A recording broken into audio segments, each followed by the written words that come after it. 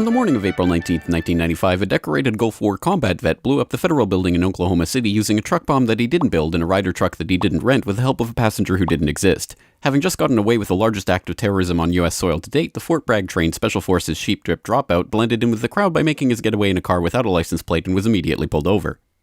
The ATF was the supposed target of the attack, but luckily all of their agents were out of the office that morning. Later that day, the president boldly declared, "We will find the people who did this.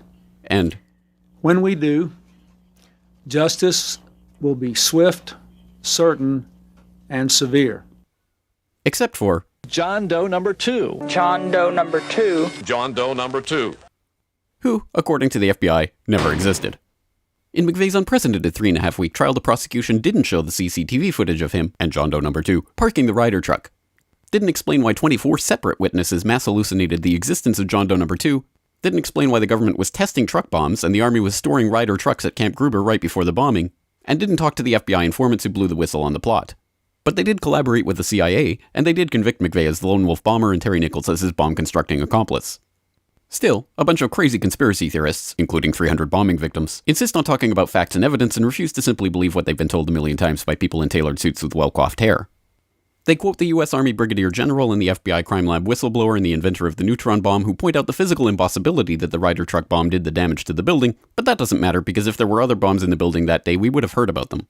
The second explosive was found and diffused. I think he said another bomb. The Justice Department is reporting that a second explosive device has been found.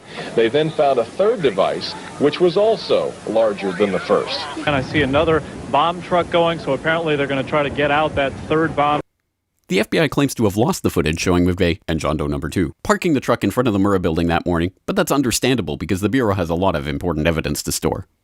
Terry Nichols insists the FBI was involved in the plot, but thankfully a judge has saved us the trouble of listening to him by preventing lawyers from deposing him. There was a bomb squad truck parked across the street 2 hours before the blast, but that just shows the authorities were prepared for anything.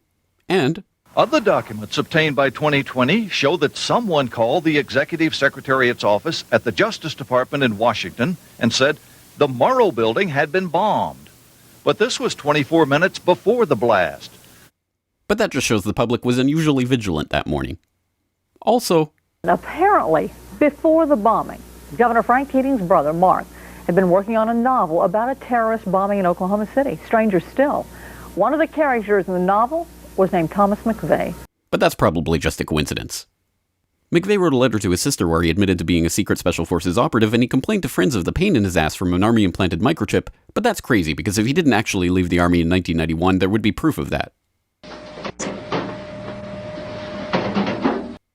This man never existed, and if you say otherwise, you're a crazy government-hating nutjob who deserves to be locked in a cage for the rest of your life. Likewise, him, her, them, her, and him. And him and him. McVeigh was not executed on May 16, 2001 as scheduled because the FBI had failed to turn over thousands of pages of evidence to McVeigh's defense attorneys. But the execution went ahead on June 11th. In a highly unusual and secret agreement, no autopsy was performed. One witness said he was still breathing, and the prison officials admitted his hearse was a decoy. Then, the case was officially closed. This is the story of OKC as told to you by the same truth-tellers behind perhaps a profoundly lonely man who craved attention but found consolation in doing good. And the helicopter we were traveling in was forced down after being hit by an RPG. And we're with the rebels. And he said, "Oh, you're with the rebels?" And they started beating him. "Oh, you're with the rebels? Don't you support Bashar?" And if you question any part of this story, you are a paranoid wingnut birther, truther, tenther, prepper conspiracy loon who should feel guilty for having been born. If you love baseball, fluffy kittens, hot dogs, Barbie, Star Wars, and freedom, you will never ever bring up any of these points ever again. Ever. This message has been brought to you by the friends of the FBI, ATF, DOJ, CIA, SPLC, MSM, and the US Army. And remember, ignorance is strength.